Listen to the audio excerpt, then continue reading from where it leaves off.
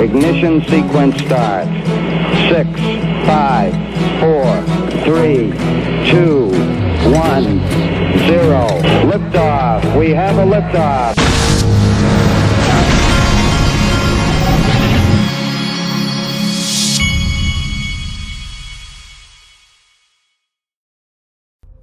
Hey everybody, this is the Digital Asset Investor, and yesterday was a good day. And that is the Ripple hearing with the SEC and with the judge. They did the conference call. I listened to the whole thing while my kid was whining in my ear about how he wanted McDonald's, but I was able to listen to every word of the hearing yesterday. Jeremy Hogan here points out something interesting that during the hearing the judge acknowledged us out here. She mentioned the significant public interest in the case as one reason why this is an exceptional case and basis for Hinman deposition. Phone line was maxed out at 4K again. So I'm going to toast to that with my third cup of coffee here. Okay, let's move along. There's a lot of good stuff today.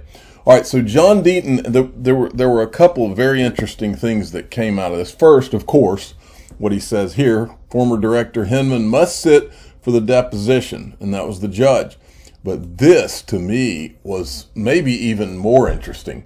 Hinman met with the founder of the Ethereum Foundation 1 week before his Ethereum isn't a security speech. Now, that is interesting. Okay, so I went back so that everybody knows these are the people that were the foundation founders. Now, those foundation founders these are the founders, but there are other people that are on the Ethereum Foundation now. But the founders are this Anthony Delorio, Charles Hoskinson, who's now at Cardano. I don't think he would be interesting to talk to as far as this particular meeting goes, but maybe he wasn't there in 2018, but anyways, I got my money on Gavin Wood, Joseph Lubin, or Vitalik Buterin as far as if Hinman met with one of those people, with someone that was on the Ethereum Foundation, a founder. I've got my money. My money really lies with Lubin, but I don't have any way to prove that. Maybe Ripple will prove it. Okay, Lubin, who by the way was with Goldman Sachs, and is buddies with Mike Novogratz, who was also with Goldman Sachs. And I'm sure that's purely a coincidence. And it's also purely a coincidence that Goldman Sachs, quote, senior developers were at Ethereum when it started, according to Charles Hoskinson, who was there. I've played you that video. John Deaton also had tweeted this out. The SEC has refused to turn over one internal memorandum related to Judge Netman's 2 orders to turn over those internal documents. The SEC is claiming every single document is privileged because the deliberative process doctrine, okay? So I tweeted this out yesterday. Judge orders the SEC to turn over internal docs on Bitcoin and Ethereum. SEC declines. Privilege. Judge orders Hinman deposition. SEC is going to tell him not to answer. They said this in an unbelievable, to me, this was an unbelievable thing to even say, okay? But the attorney for the SEC literally said, basically, that there's no reason to depose Hinman because we're going to advise him not to answer any of the questions. And to me, when I heard that, I was like, wow, that's some kind of arrogance. So you don't think that your people have to answer for anything. They think these guys are above the law. That's what I was thinking. When I heard that, I was like, wow, not only does the arrogance make her say it, but the arrogance makes her say it in front of the federal judge. Unbelievable. I wonder why the people out here are pissed off. They're pissed off because they smell a huge, stinking, massive rat. And now we're supposed to believe that nobody has to answer any questions because, oh, we're government officials. That is some BS, and everybody knows it. And this thing is these jokers are on an escalator to a really bad place, I have a feeling, because this thing is stinking more and more by the day. And there is a literal, and I'm not even referring to people in the XRP, whatever you call them, army, community, whatever. I'm not even referring to that. I'm just talking about people in general.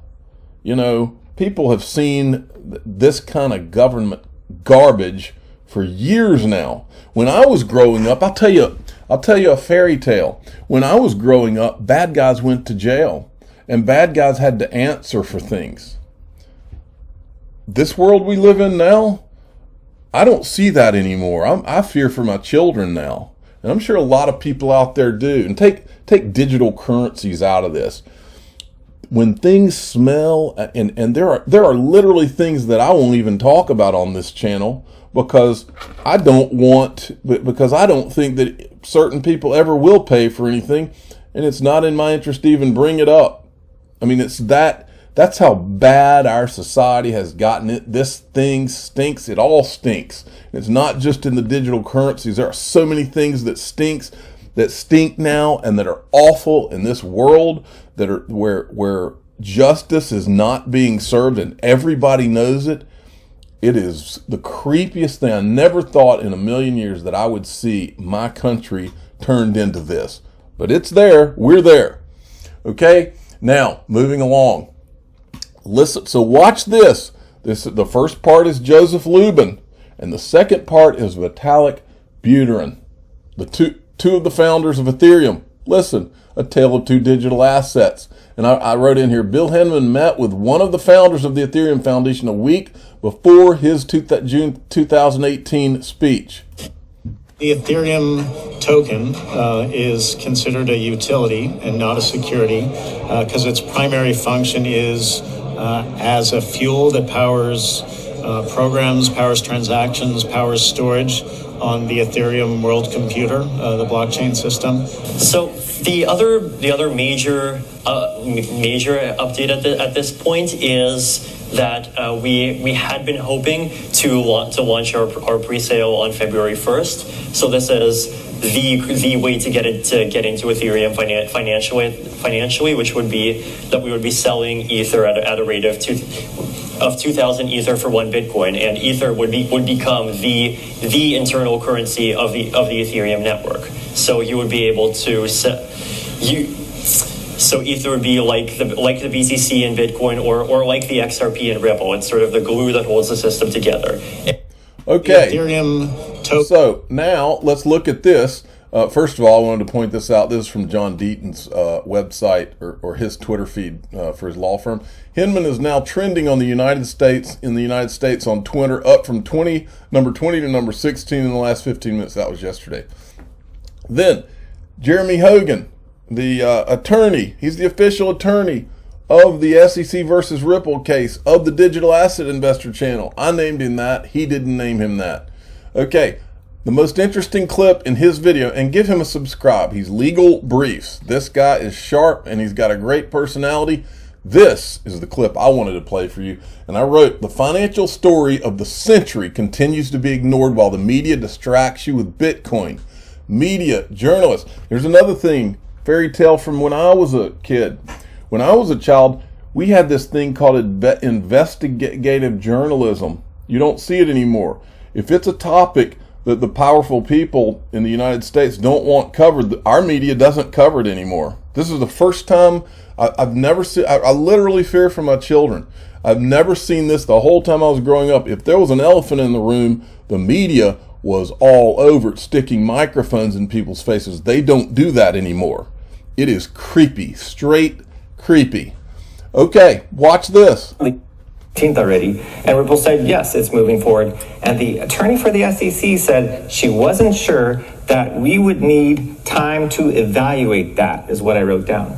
Now, this was a scheduled deposition. The judge said that she was going to allow it to go forward, but the SEC will evaluate that? Very curious. Now, to me, that can only mean one thing.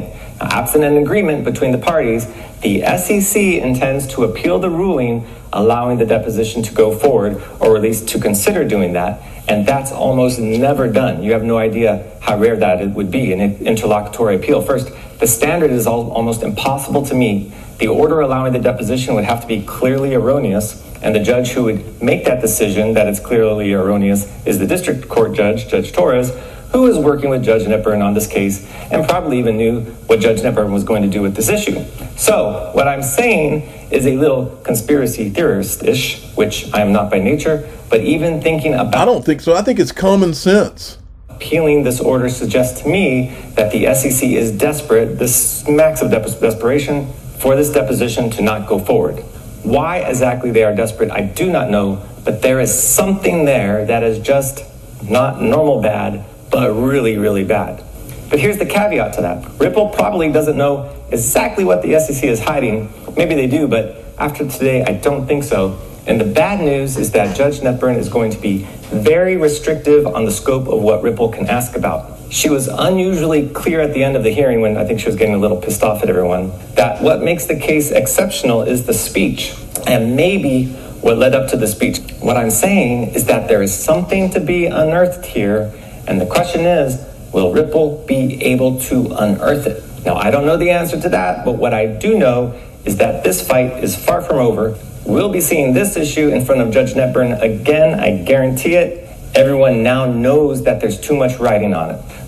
And I want to just say one more thing on this. All you people up here, just remember that at some point, all of you, you're seeing this, you're all seeing it. At some point, someone's going to ask you why you didn't cover the greatest financial story of the century.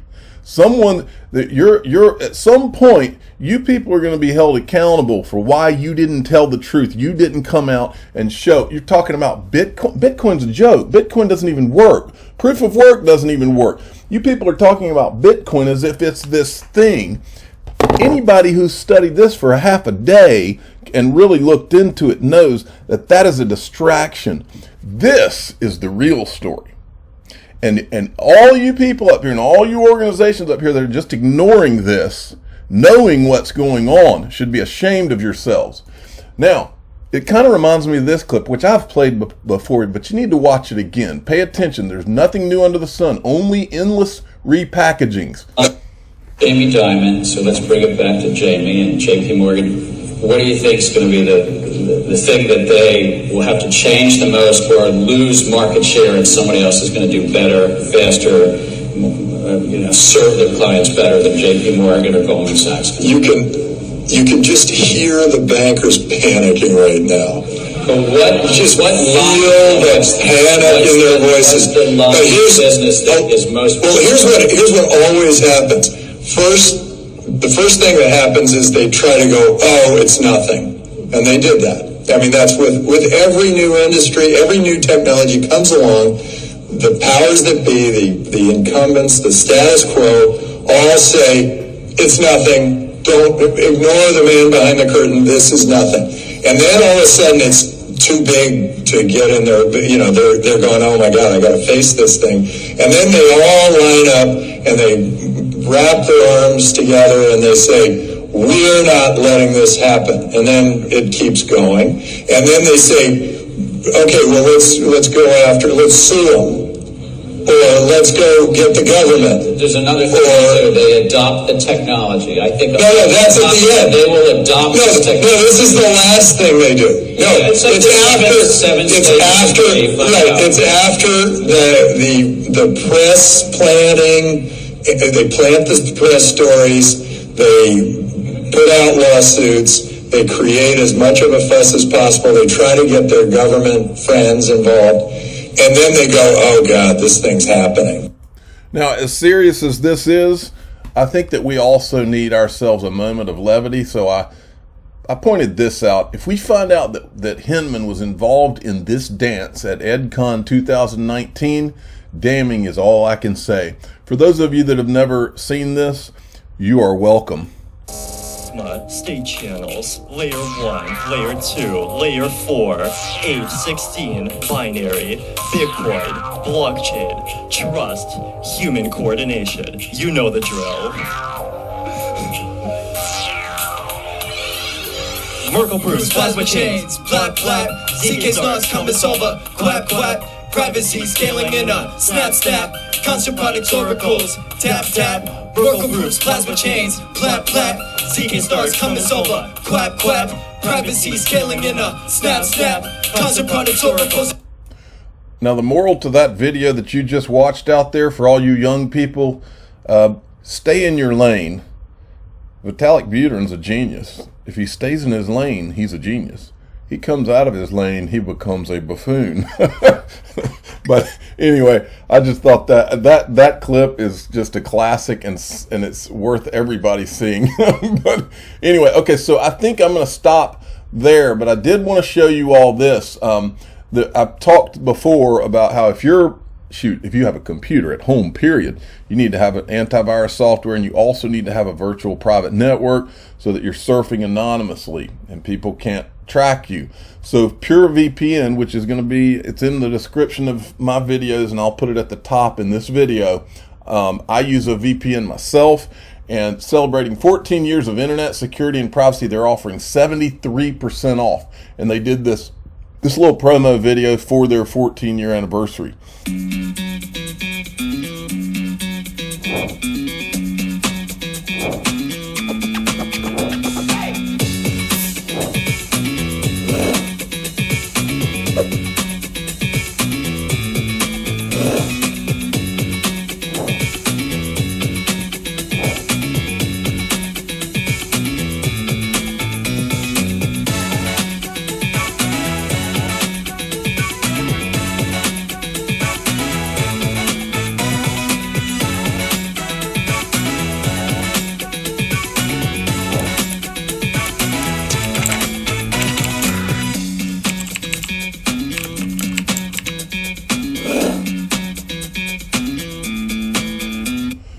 I'm the digital asset investor. I'm not an investment advisor. This is for entertainment purposes only. Please subscribe, hit the like button, and tell your friends and family that there is an awful Ethereum dance that they all need to see if they haven't seen it.